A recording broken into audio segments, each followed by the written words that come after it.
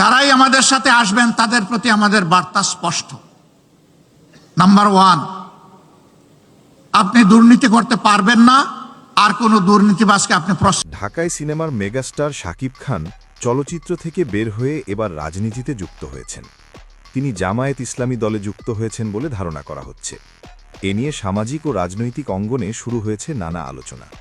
অন্যদিকে আগস্ট মাসে শেখ হাসিনা দেশ ত্যাগ করার পর থেকেই বিএনপির ভারপ্রাপ্ত চেয়ারম্যান তারেক রহমানের আগমন ঘটে। এরপর থেকেই বিএনপি চাঁদাবাজি থেকে শুরু করে সকল ধরনের অবৈধ কাজ শুরু করছে বলে ধারণা করা হচ্ছে বলে বিভিন্ন মহলে আলোচনা চলছে।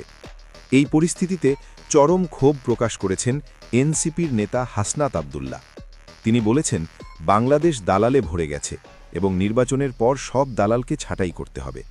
এছাড়াও তিনি ডক্টর ইউনূসকে উদ্দেশ্য করে বলেছেন, সরকার এসব বিষয় নিয়ে কোনো ধরনের কার্যকর পদক্ষেপ নিচ্ছে না। ওপেনে হ্যাঁ ভোটের পক্ষে, কিন্তু তাদের নেতাকর্মীরা গোপনে রাতের অন্ধকারে তারা না ভোটের পক্ষে প্রচার করে যাচ্ছে।